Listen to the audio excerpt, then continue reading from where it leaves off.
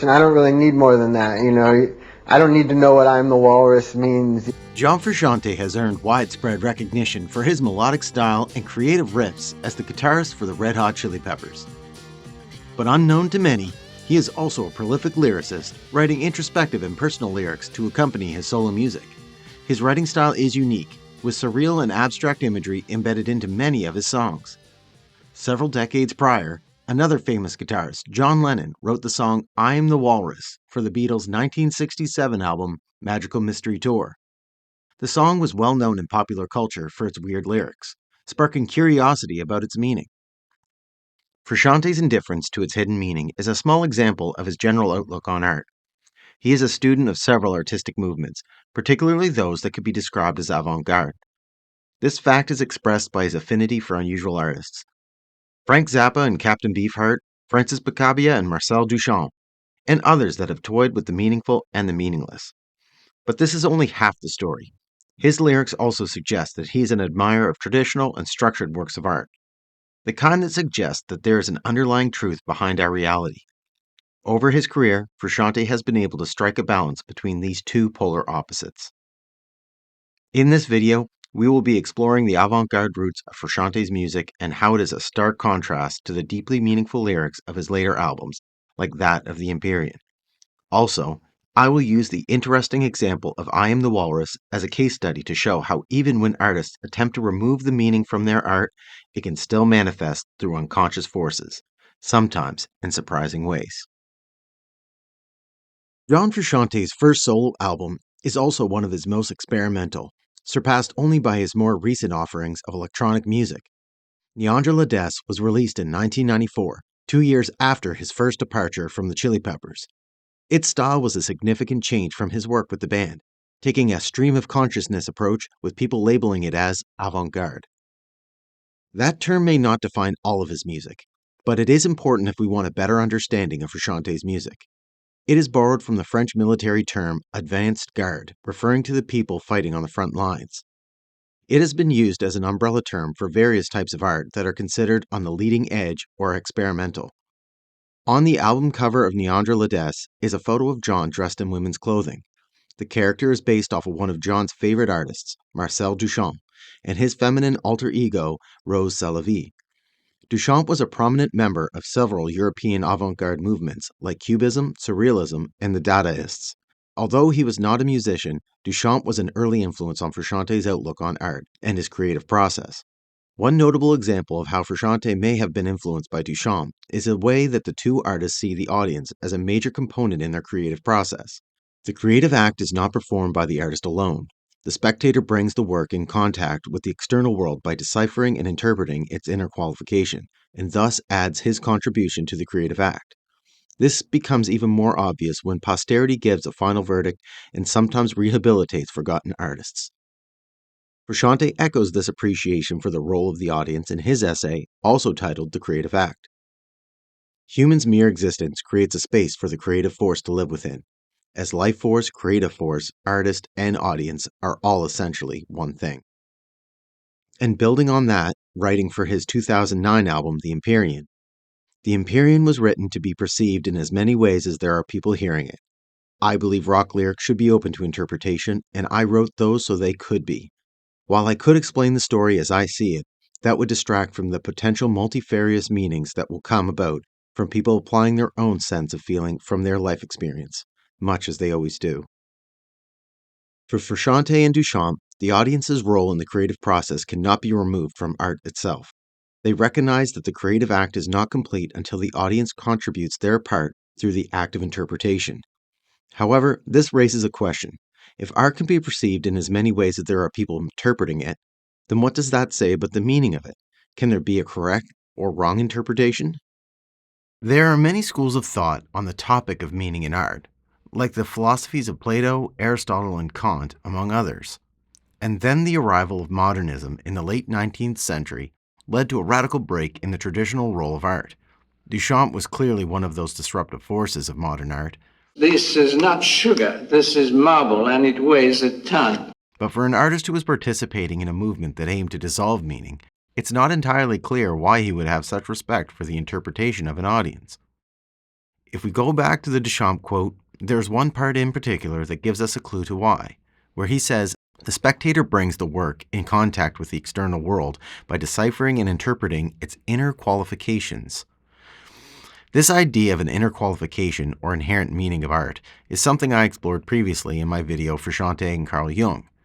In it, I walked through the idea of the collective unconscious and how its existence can help explain how an artist can unconsciously put meaningful ideas into their work without the artist fully understanding their meaning. Although Duchamp's work was disruptive of the structures of meaning, his belief in this inner qualification of art is a loose thread that maintains his connection to the broader structures of meaning. As these avant-garde movements grew into the 20th century, they severed that loose thread by building on the movements Duchamp helped create. One of the movements was called Dada, and it was born out of a negative reaction to the horrors of World War I. It was an international movement that rejected reason and logic, prizing nonsense, irrationality, and intuition. I believe nothing sums up the Dada movement and message quite like the fountain, taking common items and raising them to the highest platform to subvert the established structures of meaning. Although Duchamp paused his artistic career in 1923, the Dadaist movement continued to branch into other directions while continuing to deny the traditional concepts of aesthetics. One of these branches of Dada was the international community called Fluxus. In October 1966, one member of that community, Yoko Ono, delivered a request from fellow artist John Cage. He wanted to use a Lennon-McCartney song in a book he was writing. Yoko, living in London at the time, visited the house of the Beatle who was the most knowledgeable about the avant-garde. That was Paul McCartney, who had absorbed all kinds of unusual influences. This was at a time when John Lennon was still in his conservative rock and roller phase and considered that avant-garde was French for bullshit. After this connection, Ono and Lennon met on November 7, 1966, right before recording I Am the Walrus. They were introduced during her conceptual art exhibit in London. One of her pieces had a ladder painted white with the magnifying glass at the top. When Lennon climbed the ladder, he looked through the magnifying glass and was able to read the word yes, which was written in miniature. He greatly enjoyed this experience as it was a positive message, whereas most concept art he encountered at the time was anti-everything. This happened at a time when the Beatles were experimenting with new sounds like that on their Sgt. Pepper's album. During this time, the spirit of experimentation and change was in the air. Lennon was no longer a straight-ahead rocker and was more open to the ideas of the avant-garde persuasion. I Am the Walrus was written by John Lennon in response to a letter he received from a student at his former school about how their literature classes were analyzing the Beatles' songs. Lennon, who was frustrated with the overanalyzing of his lyrics, wrote I Am the Walrus to confuse those who tried to interpret it, with him saying, "Let the fuckers figure that one out." In this particular instance, John Lennon's attitude towards the audience was polar opposite to that of Frusciante and Duchamp. This may have come from a desire to keep the meaning of his lyrics private, but it is interesting that it came at a time when the Beatles were experimenting with the avant-garde and Lennon was introduced to the artistic stylings of Yoko Ono. I think the cynical and disruptive spirit of modern art was a factor in Lennon's decision to write I Am the Walrus, and that spirit paired with a disdain for the audience's opinion is a perfect example of the postmodern art that permeates our culture.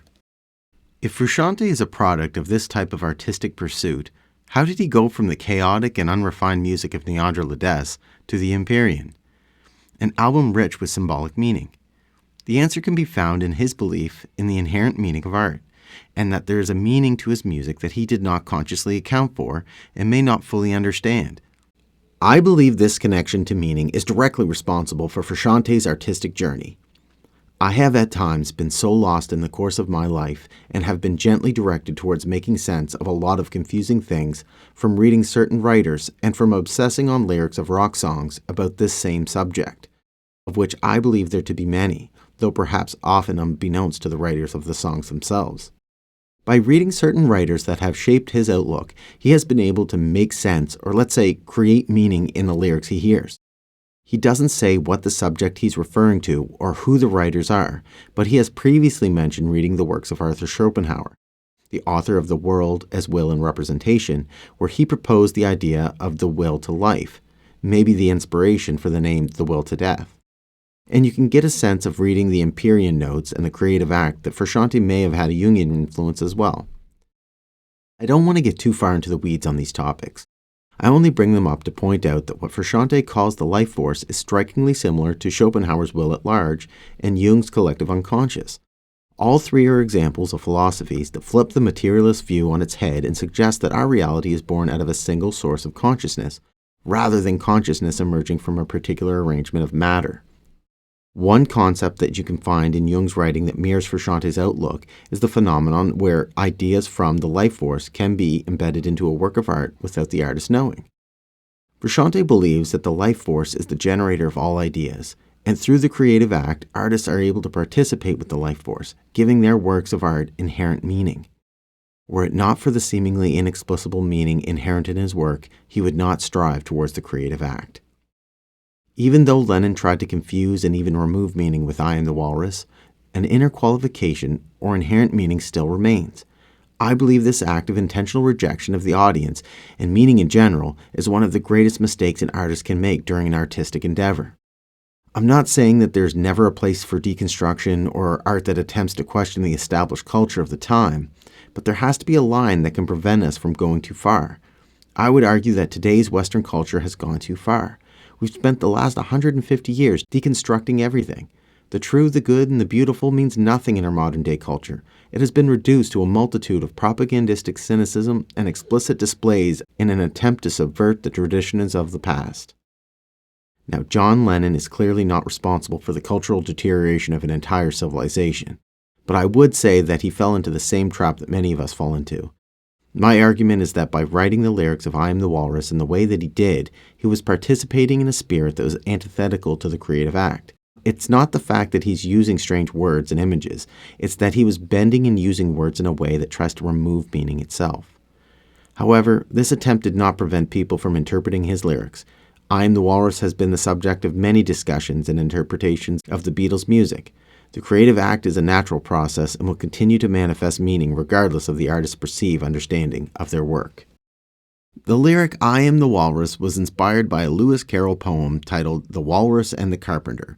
The poem appears in his book Through the Looking Glass and was recited by Tweedledum and Tweedledee to Alice.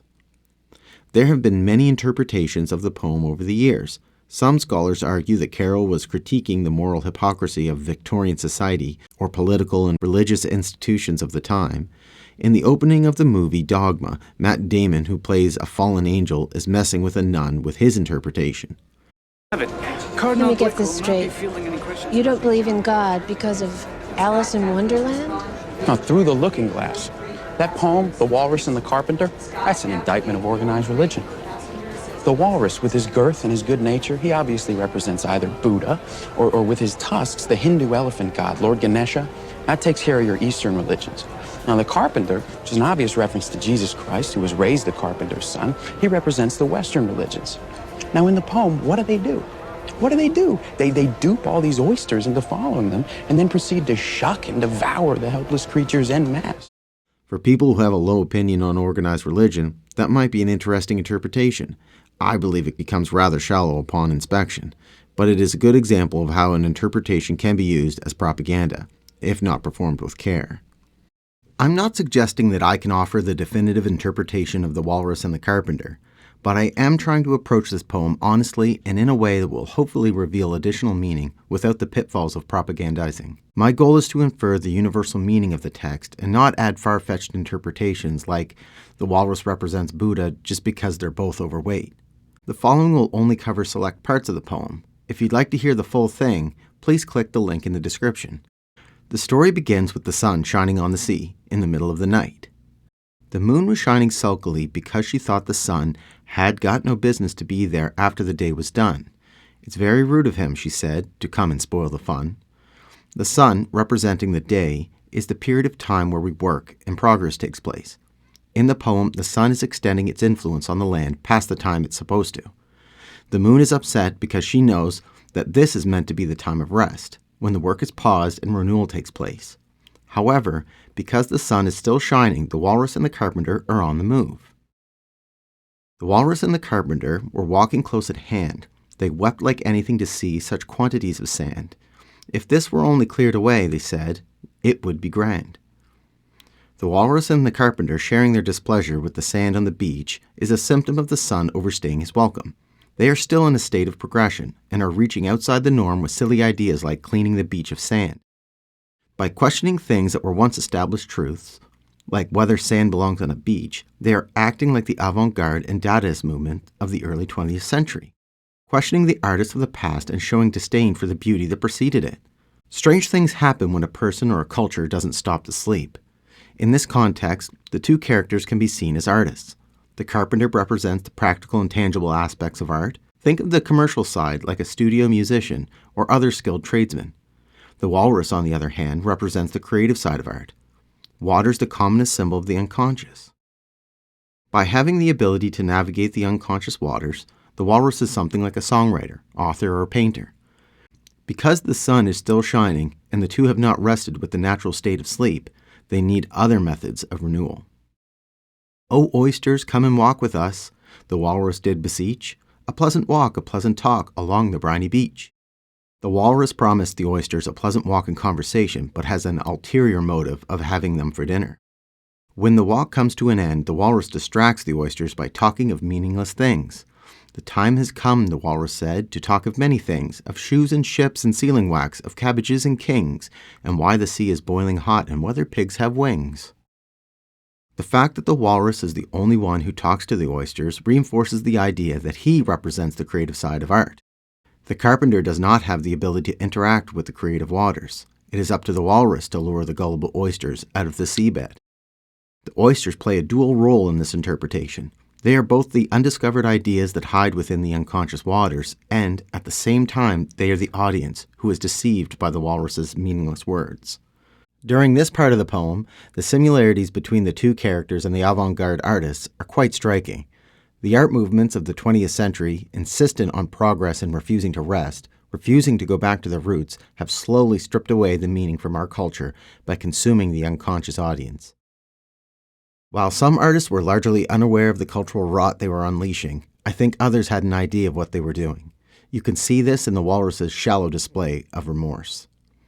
"I weep for you," the walrus said. "I deeply sympathize." With sobs and tears he sorted out those of the largest size, holding his pocket handkerchief before his streaming eyes. The story concludes with both the carpenter and the walrus devouring the little oysters. I find it so compelling that out of all the possible characters Lennon could have chosen to represent a meaningless character, he matched the spirit of a deceitful artist perfectly. The way the walrus tricked the oysters is the same way Lennon was trying to mislead us. However, I don't believe this was a conscious decision. I think Lennon was given this symbol by unconscious forces, like we discussed earlier in the video. Even after the release of the song, Lennon did not have a grasp on the meaning of the character. It never dawned on me that Lewis Carroll was commenting on the capitalist system. I never went into that bit about what he really meant, like people are doing with the Beatles' work. Later, I went back and looked at it, and I realized that the walrus was the bad guy in the story, and the carpenter was the good guy.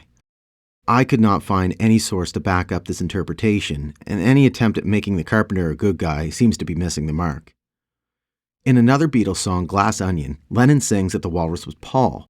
Lennon, again dismissing any deep meaning to the lyric, said, "I threw the line in, the walrus was Paul, just to confuse everybody a bit more." But this does not change the meaning of the interpretation I've laid out. If you remember, Paul was the first Beatle to embrace the avant-garde influences and was most likely the reason John would have ever encountered Yoko Ono. And the final reference to the walrus was in his song God from his first post-Beatles solo album. In it, he sings that he was the walrus, but now he's John. Probably just another throwaway line by Lennon to reference his time with the Beatles. But the subject matter of the song adds an interesting contrast between himself and Frusciante. That's how the two artists perceive the relationship between the creative act, meaning, and God. Lennon's path led him to a meaningless outlook on life, stripped of any higher meaning other than himself. Frusciante's approach to songwriting fully accounts for the fact that he's not fully responsible for the music he writes, and that ideas come to him from the life force. Frusciante never stopped using strange imagery in his lyrics, and may have tried to conceal the meaning, but he didn't let the cynical and disruptive spirit of modern art keep him from following the inherent meaning within his music. Ultimately, this led him to his 2009 album named after the highest point in heaven, the Empyrean. The album is rich with religious themes and symbols, and it depicts his inner journey as an artist. John Lennon and the avant-garde movements of Dada, Cubism, and the Surrealists are not the enemy. They are a symptom of a culture that will not stop its unconscious desire for progress. And Frusciante is not immune to this type of thinking. I would argue that he has been in this state since the release of the Empyrean, but I'll save that for another video. The world is full of meaning, and it's our job to find it wherever we can. I want to participate in that mission. I don't want to be the walrus.